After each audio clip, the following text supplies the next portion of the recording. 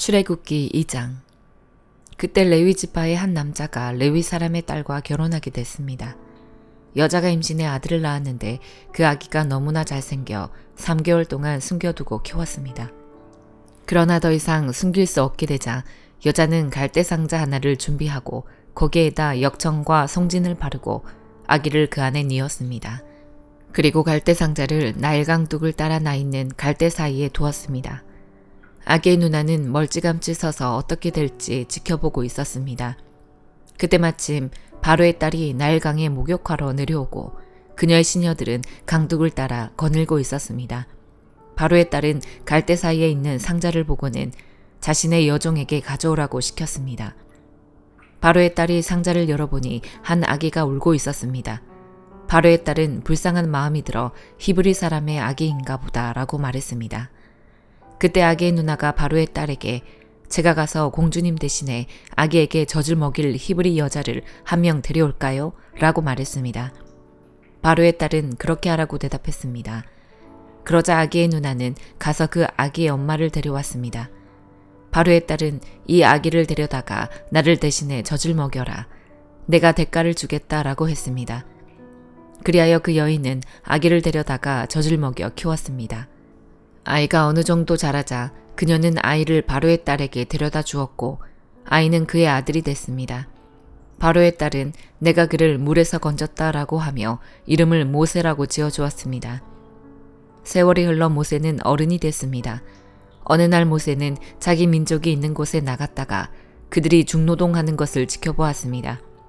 모세는 어떤 이집트 사람이 자기 동족인 히브리 사람을 때리는 것을 보다가 이리저리 살펴 아무도 없는 것을 보고는 그 이집트 사람을 죽여 모래 속에 묻었습니다. 다음날 모세가 나가보니 히브리 사람 둘이 싸우고 있었습니다.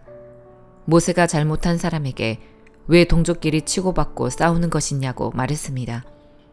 그 잘못한 사람은 누가 너를 우리 통치자나 재판관으로 세웠느냐? 네가 이집트 사람을 죽이더니 이제 날 죽일 생각이냐라고 말했습니다. 그러자 모세는 두려워하며 속으로 내가 한 짓이 탈로 났구나 하고 생각했습니다. 바로는 이 사실을 듣고 모세를 죽이려고 했습니다. 그러나 모세는 바울의 얼굴을 피해 도망쳐 미디안으로 가서 살았습니다. 하루는 모세가 미디안의 한 우물가에 앉아 있을 때였습니다. 미디안 제사장에게 딸 7이 있는데 물을 기르러 와서는 구유에다 그 아버지의 양떼에게 줄 물을 채웠습니다. 그런데 몇몇 양치기들이 와서 미디안 제사장의 딸들을 쫓아내는 것이었습니다. 그때 모세가 일어나 딸들을 도와주었고 그 양들에게 물을 먹여 주었습니다. 그 딸들은 자기 아버지 르우엘에게로 되돌아갔습니다. 그러자 그 아버지가 오늘은 웬일로 이렇게 일찍 돌아왔느냐 하고 물었습니다. 딸들은 어떤 이집트 사람이 우리를 양치기들에게서 구해주었습니다. 게다가 우리를 위해 물도 길어주고 양들에게도 물을 먹여주었습니다. 라고 대답했습니다. 아버지는 그가 어디 있느냐? 왜 그를 그냥 두고 왔느냐? 그를 불러 음식을 대접하자라고 딸들에게 말했습니다. 그리하여 모세는 흔쾌히 르우엘과 함께 살기로 했습니다. 르우엘은 자기 딸 십보라를 모세에게 주었습니다. 십보라는 모세에게 아들을 낳아 주었습니다. 모세는 아들의 이름을 게르솜이라고 지었습니다. 모세가 말하기를 내가 이방 땅에서 이방 사람이 됐다라고 했기 때문이었습니다. 오랜 세월이 흘러 그 이집트 왕이 죽었습니다. 이스라엘 민족은 중노동으로 인해 신음하며 울부짖었습니다. 그러자 이스라엘 민족의 울부짖는 소리가 하나님께 이르렀습니다. 하나님께서는 이스라엘 민족의 신음소리를 들으시고 아브라함과 이삭과 야곱과 맺은 언약을 기억하셨습니다. 하나님께서는 이스라엘 백성들을 보시고 그들에게 관심을 기울이셨습니다. 누가복음 5장. 예수께서 하나님의 말씀을 들으려는 사람들에게 둘러싸여 게네사렛 호숫가에 서 계셨습니다. 예수께서 보시니 배 2척이 호숫가에 대어 있고 어부들은 배에서 내려 그물을 씻고 있었습니다. 예수께서는 그들 중 시몬의 배에 올라타 그에게 배를 못해서 조금 떼어 놓으라고 말씀하셨습니다. 그러고는 배 위에 앉아 사람들을 가르치셨습니다. 말씀을 마치신 후 예수께서 시몬에게 명령하셨습니다. 물이 깊은 곳으로 나가 그물을 내리고 고기를 잡아라. 시몬이 대답했습니다. 선생님, 저희가 밤새도록 애썼지만 아무것도 잡지 못했습니다. 그러나 선생님의 말씀대로 제가 그물을 내려보겠습니다. 어부들이 그 말씀대로 했더니 그물이 찢어질 정도로 많은 고기들이 잡혔습니다. 그래서 그들은 다른 배에 있는 동료들에게 와서 도와달라고 손짓했습니다. 그들이 와서 2배의 고기를 가득 채우자 배가 가라앉을 지경이 되었습니다. 시몬 베드로가 이 광경을 보고 예수의 무릎 앞에 엎드려 말했습니다. 주여, 제게서 떠나십시오. 저는 죄인입니다. 베드로와 그 모든 동료는 자기들이 잡은 고기를 보고 놀랐던 것입니다. 세베대의 아들들이며 시몬의 동료인 야고보와 요한도 놀랐습니다. 그때 예수께서 시몬에게 말씀하셨습니다. 두려워하지 마라. 이제부터 너는 사람을 낚을 것이다.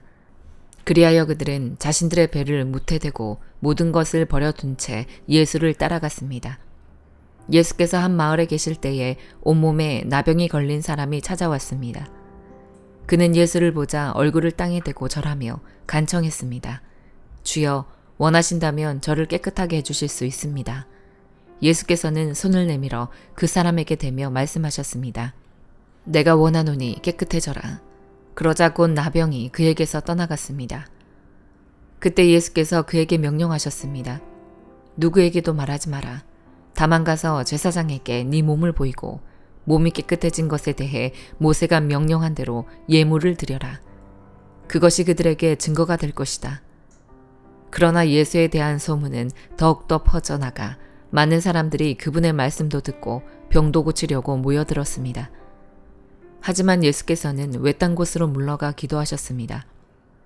어느 날 예수께서 가르치고 계실 때 바리새파 사람들과 율법학자들이 갈릴리의 모든 마을과 유대와 예루살렘에서 와 앉아 있었습니다. 그리고 예수께서는 주의 능력이 함께함으로 병을 고치셨습니다. 그때 몇몇 사람들이 중풍병에 걸린 사람을 자리에 눕힌 채 들고 왔습니다. 그들은 환자를 집 안으로 데리고 들어가 예수 앞에 눕히려 했지만 사람들이 너무 많아 안으로 들여놓을 길이 없었습니다. 그들은 지붕으로 올라가 기와를 벗겨내고 그를 자리에 눕힌 채 사람들 한가운데로 달아내려 예수 바로 앞에 놓았습니다. 예수께서는 그들의 믿음을 보고 이 사람아, 네가 죄를 용서받았다라고 말씀하셨습니다. 그러자 바리새파 사람들과 율법학자들은 의아하게 생각하기 시작했습니다. 이 사람이 대체 누구인데 하나님을 모독하는가? 하나님 한 분 외에 누가 죄를 용서할 수 있단 말인가? 예수께서는 그들의 생각을 다 알고 말씀하셨습니다. 너희는 왜 그런 생각을 마음에 품느냐? 네가 죄를 용서받았다 하는 말과 일어나 걸어라 하는 말 중 어느 것이 더 쉽겠느냐?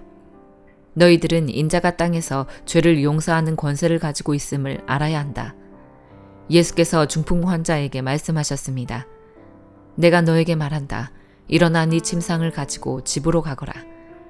그러자 곧 그는 사람들 앞에서 일어나 자기가 누웠던 침상을 들고 하나님을 찬양하며 자기 집으로 돌아갔습니다. 사람들은 모두 놀라며 하나님을 찬양했고 두려움으로 가득 차 말했습니다. 오늘 우리가 놀라운 일을 보았다. 일 후에 예수께서는 밖으로 나가 레위라는 세리가 세관에 앉아 있는 것을 보고 말씀하셨습니다. 나를 따라라. 그러자 레위는 그 자리에서 벌떡 일어나 모든 것을 버려두고 예수를 따랐습니다. 레위는 예수를 위해 자기 집에서 큰 잔치를 열었습니다. 많은 세리들과 다른 사람들이 그들과 함께 음식을 먹고 있었습니다. 그러자 바리새파 사람들과 그들의 율법학자들이 예수의 제자들을 비방했습니다. 당신들은 어찌해서 세리들과 죄인들과 함께 어울려 먹고 마시는 거요? 예수께서 그들에게 대답하셨습니다. 건강한 사람에게는 의사가 필요 없고 병든 사람에게만 의사가 필요하다. 나는 의인을 부르러 온 것이 아니라 죄인을 불러 회개시키러 왔다. 그들이 예수께 말했습니다. 요한의 제자들은 자주 금식하고 기도하며 바리새파 사람들의 제자들도 그렇습니다. 그러나 당신의 제자들은 항상 먹고 마십니다. 예수께서 대답하셨습니다. 너희 같으면 신랑이 함께 있는 동안 초대받은 사람들을 금식하도록 하겠느냐? 그러나 신랑을 빼앗길 날이 올 것이다. 그때가 되면 그들도 금식할 것이다. 예수께서는 그들에게 이런 비유를 들려주셨습니다. 낡은 옷을 기우려고 새 옷을 자르는 사람은 없다. 그렇게 하면 새 옷이 찢어져 못 쓰게 되고 새 옷의 조각도 낡은 옷에 어울리지 않기 때문이다. 또 새 포도주를 낡은 가죽 부대에 넣는 사람도 없다. 그렇게 하면 새 포도주가 그 부대를 터뜨려서 포도주는 쏟아지고 부대도 못 쓰게 될 것이다. 새 포도주는 새 부대에 담아야 한다. 묵은 포도주를 마시고 나서 새 포도주를 원하는 사람은 없다. 묵은 것이 좋다고 여기기 때문이다. 욥기 19장. 그때 욥이 대답했습니다. 자네들이 언제까지 내 영혼을 괴롭히고 말로 나를 갈갈이 찢어 놓겠는가. 자네들이 10번이나 나를 비난하는구나. 나를 의심하고도 부끄러워하지 않는구나. 내가 정말 잘못을 했다 하더라도 내 잘못은 내 문제일 뿐일세. 자네들이 진정 나를 짓밟아 높아지려 하고 나를 꾸짖어 고발하려거든 하나님께서 이미 나를 거꾸러뜨리시고 그 그물로 나를 둘러싸셨음을 이제 알게나. 보라, 내가 아무리 잘못됐다고 부르짖어도 응답이 없고 아무리 크게 부르짖어도 공정한 처분이 없다네. 그분이 내 길을 가로막아 지나가지 못하게 하셨고 내 길에 어둠을 깔아 놓으셨다네. 내게서 명예를 벗기시고 내 머리에 면류관을 빼앗아 버리셨다네. 그분이 사방으로 나를 치시니 내가 죽는구나. 내 소망을 송두리째 뽑아 버리셨다네. 그분이 나를 향해 진노의 불을 켜시고 나를 당신의 원수같이 여기시는구나. 그 군대가 한꺼번에 나와 나를 향해 진군해 내 장막 주위에 진을 치는구나. 그분이 내 형제들을 내게서 멀리 두셨으니 내가 아는 사람들이 나를 완전히 외면한다네. 내 친척들이 다 떠나고 내 친구들도 나를 잊었다네. 내 집에 살던 사람들과 내 여종들이 나를 낯선 사람 취급하니 나는 그들이 보기에 이방 사람이라네. 내가 내 종을 불러도 대답하지 않으니 오히려 내가 입으로 애걸했다네. 내 아내도 내 입김을 싫어하고 내 형제들도 나를 혐오스러워했다네. 심지어 어린아이들까지도 나를 경멸하며 내가 일어났더니 나를 비웃었다네. 내 속을 털어놓는 친구들도 다 나를 싫어하고 내가 사랑하는 사람들도 내게서 고개를 돌렸다네. 나는 이제 가죽과 뼈만 남았고 겨우 잇몸만 남아있구나. 자네들, 내 친구들아, 너희는 나를 불쌍히 여기라. 나를 불쌍히 여기라. 하나님의 손이 나를 치셨으니 말이다. 자네들이 왜 하나님이 하시듯 나를 핍박하는가? 내 살로 배부르지 않았는가? 내 말이 기록된다면, 그게 책에 쓰여진다면, 철필과 나부로 바위에 영원히 새겨진다면 내 구속자가 살아계시고 그분이 결국에는 이 땅 위에 서실 것을 나는 알고 있다네. 내 살갗이 다 썩은 뒤에라도 내가 육신을 입고서 하나님을 뵐 걸세. 내가 그분을 뵐 것이요 내 두 눈으로 그를 뵐 걸세. 내 간장이 내 안에서 타들어가는구나. 자네들은 우리가 그를 무엇으로 칠까? 또 문제부리는 그에게서 찾을 수 있다라고 말하는군. 자네들은 칼을 두려워하게 진노는 칼의 징벌을 부르기 때문일세. 그러고 나면 자네들은 심판이 있음을 알게 될 걸세. 고린도전서 6장. 여러분 가운데 누가 다른 사람에 대해 소송할 일이 있을 때 왜 성도들 앞에서 해결하려 하지 않고 세상의 불의한 사람들 앞에서 합니까? 여러분은 성도들이 세상을 심판할 것을 알지 못합니까? 세상이 여러분에게 심판을 받을 것인데 여러분이 아주 사소한 사건 하나도 판단할 능력이 없겠습니까? 여러분은 우리가 천사들을 판단할 것을 알지 못합니까? 그렇다면 하물며 이 세상 일이겠습니까? 그런데 세상 일로 소송할 것이 생겼을 때 여러분은 교회가 업신여기는 바깥 사람들을 재판관으로 세웁니까? 내가 이렇게 말하는 것은 여러분을 부끄럽게 하려는 것입니다. 여러분 가운데 믿는 사람들 사이의 일을 판단할 수 있는 지혜로운 사람이 이렇게 하나도 없습니까? 그래서 형제와 형제가 맞서 소송할 뿐 아니라 그것도 믿지 않는 사람들 앞에서 한다는 말입니까? 여러분이 서로 소송을 한다는 것은 여러분이 벌써 실패했다는 것을 뜻합니다. 왜 차라리 억울한 일을 당해주지 못합니까? 왜 차라리 속아주지 못합니까? 도리어 여러분은 불의를 행하며 속이고 있습니다. 그것도 형제들에게 그런 짓을 하고 있습니다. 여러분은 불의한 사람이 하나님 나라를 상속받지 못할 것을 알지 못합니까? 속지 마십시오. 음행하는 사람이나 우상을 숭배하는 사람이나 간음하는 사람이나 남창이나 동성연애를 하는 사람이나 도둑이나 탐욕을 부리는 사람이나 술꾼이나 남을 헐뜯는 사람이나 속임수로 남을 해롭게 하는 사람이나 약탈하는 사람은 하나님 나라를 상속받지 못할 것입니다. 여러분 가운데도 그런 사람들이 덜어 있었으나 주 예수 그리스도의 이름과 우리 하나님의 성령으로 씻음을 받고 거룩해져서 의롭다함을 받았습니다. 모든 것이 내게 허용돼 있습니다. 그러나 모든 것이 유익한 것은 아닙니다. 모든 것이 내게 허용돼 있습니다. 그러나 나는 아무 것에도 얽매이지 않겠습니다.